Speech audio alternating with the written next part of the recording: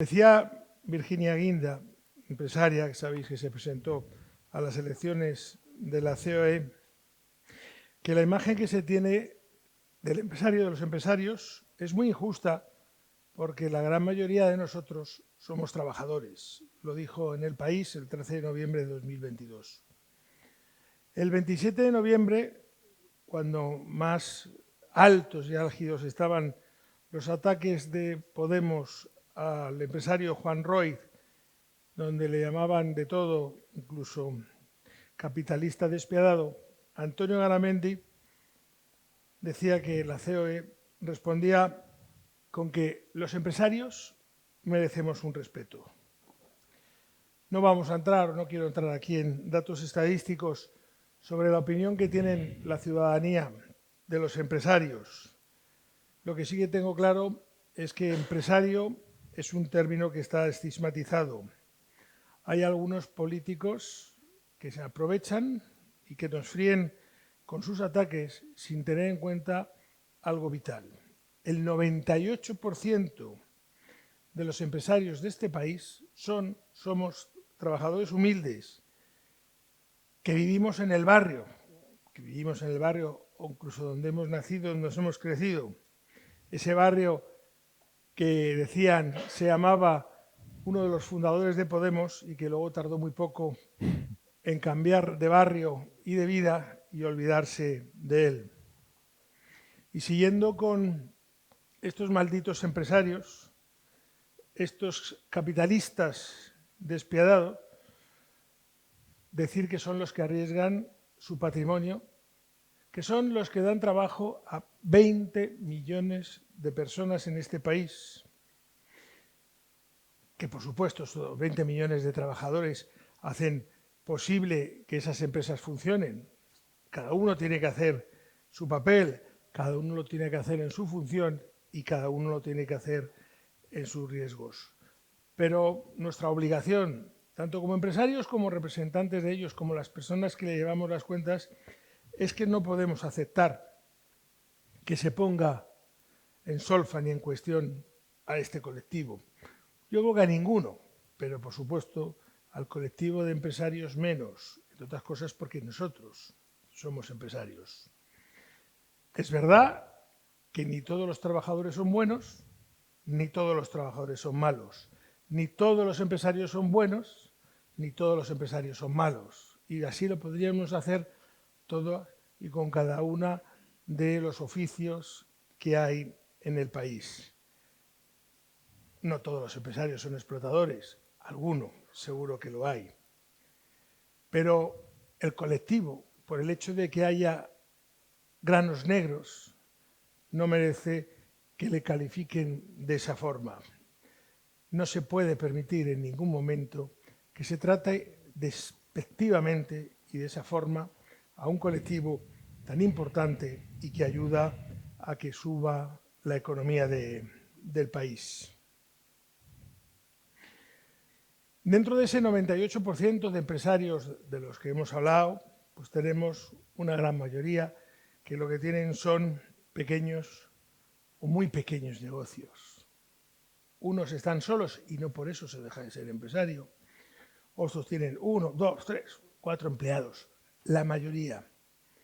Estos empresarios hipotecan su casa, los que la tienen, porque hay muchos que viven de alquiler y hay mucho joven empresario que no tiene para poder comprarla y que sigue viviendo en casa de su familia. Estos empresarios ponen todos sus recursos al servicio de su actividad. Poner una peluquería, algo que parece tan sencillo, precisa recursos. Hay que alquilar un local, comprarlo si se puede. Tiene que estar alquilado con una cierta fachada, no vale una cosa que esté escondida. Hay que montar un mobiliario especializado, no vale comprar una mesa y una silla en un gran almacén. Hay que comprar los artículos propios, en este caso, de la peluquería. Y hay que adquirir la mala costumbre de pagar la luz, de pagar el agua, de pagar los seguros, la licencia de apertura, la licencia de funcionamiento, tienes que contratar a alguien que te ayude, tienes que tener a tu gestor, etcétera, etcétera, etcétera. Y todo eso por adelantado. Ojo, que no es diferente a montar una gestoría, ¿eh? Que para montar una gestoría también tenemos que buscar el local. Unas veces alquilado y los que mejor en compra. Hombre, podemos comprar una mesa y una silla de la multinacional, eso lo podemos hacer un poquito más fácil. Tenemos que tener a alguien que nos ayude, porque cuando salimos a hacer la gestión o cuando salimos a ver al cliente, alguien se tiene que quedar. Es verdad que los más jóvenes tiran, como tirábamos nosotros antiguamente, de papá, mamá, hermano, amigos y demás. Lo que sí que es seguro, tanto para las gestorías, los peluqueros, etcétera, es que si el negocio no funciona, perdemos todo lo que hemos invertido. Y además, empezamos sin saber cómo ni cuándo vamos a tener un pequeño sueldo mensual. Luego, hombre, no debemos de ser tan despiadados y tan malos. Pero además, si se tiene la fortuna de seguir creciendo, pues tienes que tomar determinaciones a lo largo de la vida. Una, me quedo como estoy, voy a gusto, me mantengo así toda la vida o sigo creciendo. Cada uno ha optado en esta vida por lo que ha querido o ha podido o le han dejado hacer. Para ello hay que reinvertir lo mucho o lo poquito que ganamos. Hay que contratar al nuevo personal. A medida que crecemos, y os lo dice uno que acaba de estrenar nueva oficina, tienes que volver a hipotecarte. Cuando ya parece que tienes la vida medio solucionada y dices todo va fenomenal, todo va maravilloso, un buen día te levantas y decides que quieres ampliar, quieres crecer, voy a crecer un 30%. Y te encuentras con que tienes que volver a elegir oficinas, alquilarlas, comprarlas, amueblarlas, etc. Y cuando llegas al banco, lo primero que te dice el banco es que avales tú, tu esposa, y si tienes la mala suerte, y lo digo así, de que los hijos sean mayores de edad, hasta tus hijos. No vaya a ser que el negocio vaya mal y ellos se tengan que quedar con el local. La banca intenta siempre no perder. Eso significa que la rueda de la espiral va a tener que seguir girando, porque si deja de girar, perdemos lo invertido. Además, no tenemos que irnos muy atrás para comprobar si eso ocurre o no ocurre. Y es que ya lo vimos en la pandemia. ¿Cuántos empresarios al mes o a los 2 meses de la pandemia se le habían agotado sus ahorros y hoy, 3 años ya que han pasado, su negocio está en el filo, está aún sin vivir y no sabe si sobrevivirá o desaparecerá y a pesar de todo sigue dejándose la vida. Ese es el empresario capitalista y despiadado a los que algunos se refieren, sin tener en cuenta todos estos que fustigan o que nos fustigan a los empresarios, es que hay empleados que con su sudor de la frente llevan a casa el sueldo para comer o para pagar la hipoteca, para ir de viaje o para comprar un coche, que ellos mismos son empresarios despiadados y capitalistas, puesto que si el colectivo es ese peyorativo que nos marcan, entonces los señores, y pongo el ejemplo con nombre y apellidos, de Podemos, que tienen en nómina a empleados que son ellos, además de políticos, además de podemistas, además capitalistas despiadados, porque es la afectación que tiene el colectivo. Al presidente de Mercadona, ya lo dije la anterior vez, le atacan cuando el IPC crece notablemente, pero el IPC crece notablemente porque los políticos son incapaces de controlarlo. Es decir, el empresario paga la culpa de la inutilidad del que tiene la obligación y al que pagamos por controlar que no ocurra. Una semana después, otro capitalista despiadado, en este caso el presidente de Ferrovial, pues es atacado, furibundo por todos, por cierto, incluido por el gobierno. ¿Cuántos meses, años decimos que la presión fiscal es asfixiante? ¿Cuántos meses, años decimos que la excesiva regulación es la que puede llevar a tomar a medidas de índole? Ojo, medidas. Hace poco decíamos que el 15% de los empresarios de este país estaban fuera del sistema. A esos no los critican. ¿Sabéis lo que es estar fuera del sistema? Trabajar en negro, saltarse el pago de los impuestos, llegar a intentar a toda costa la pagar el IVA. Estar fuera del sistema no es que como consecuencia de que tienes una empresa internacional y tienes una legislación que puede ser más favorable a los ingresos que tienes fuera del país, establecerte en otro domicilio fiscal que, ojo, estamos en Europa y por lo tanto está permitido. Pero vas a seguir pagando tus impuestos por lo que aquí generamos. Eso no lo dicen. Golfo, y lo vuelvo a decir, es aquel que tiene un señor trabajando para él sin estar dado de alta en la Seguridad Social. Golfo es aquel señor que es condenado por el Tribunal Supremo por no pagar las cuotas de tu asistente. Eso sí que es un golfo. Eso sí que es un capitalista despiadado. Lo otro, no. Lo otro es estar dentro de unas reglas del juego donde unas veces se pierde y otras veces se gana, pero siempre jugando con arreglo a las reglas y no fuera de las reglas.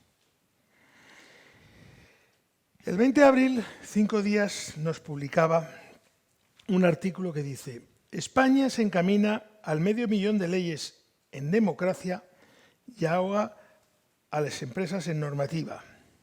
El Banco de España revela que elevar la regulación un 10% lo que hace es recortar un 0,5% el empleo. ¿Y todavía alguien duda de la inseguridad jurídica que vivimos en estos momentos? ¿De verdad? Todavía hay alguno que duda. Porque no se trata solo de ese medio millón de normas que salen publicadas, ese 1,5 millones de páginas del Boletín Oficial del Estado y los boletines de las comunidades autónomas que salen publicados todos los años, esa normativa de imposible conocimiento y de imposible cumplimiento para los empresarios y para nosotros, con lo que somos los expertos. En nuestro barómetro, en las preguntas que hacíamos a los compañeros, nos contestaba: el 78% de ellos no conocen toda la normativa y, en consecuencia, se ven imposibles en poder en aplicarla. Hay un 18% que cree que sí conoce la normativa. Es una normativa cambiante, va a toda velocidad. Estamos en el momento en que más fe de rata se publica en el BOE, y ojo con los años que llevamos. Y además en este 2023, pues si alguien le ha pasado desapercibido, por primera vez en la historia del país ha salido publicado en el mismo día en el Boletín Oficial del Estado una modificación de un artículo por parte de los ministerios que se contradecían entre ellos.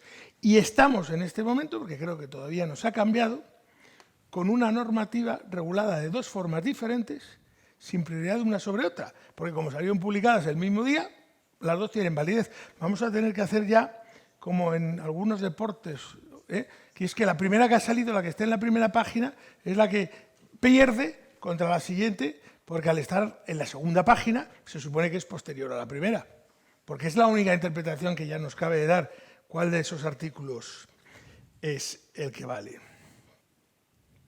El Economista. Crece la inseguridad jurídica de empleo por los errores normativos del Ejecutivo. Los laboralistas censuran la deficiente técnica legislativa de la que se abusa con el decreto ley. Pues estos señores políticos que atacan tanto a los empresarios, lo que deberían hacer era dedicarse más tiempo a acabar con esta maraña jurídico-administrativa que tenemos de leyes, ordenanzas e instrucciones en las que no nos enteramos y que, como he dicho antes, son contradictorias y que lo único que hacen es dificultar la capacidad de negocio que tienen las pequeñas y las medianas empresas de este país. Por eso no me harto nunca, y lo digo siempre en público y en privado, que hay que poner en valor la labor de los emprendedores de este país y sobre todo en especial de la pequeña, entre las que estamos la mayoría de las gestorías, y de la mediana empresa, y que es necesario conseguir una seguridad jurídica para las pymes y los autónomos, porque, y no es una crítica, que nadie lo tome como tal, pero desde luego las pymes y los autónomos no tenemos esa capacidad de irnos a los Países Bajos a tributar de otra forma. Yo me alegro mucho de que si legalmente se puede lo haga Ferrovial, pero nosotros lamentablemente no podemos hacerlo y por lo tanto, aunque hay una mejor legislación, que la hay en casi todos los países europeos, nosotros tenemos que seguir aquí al frente del cañón, al frente de nuestras empresas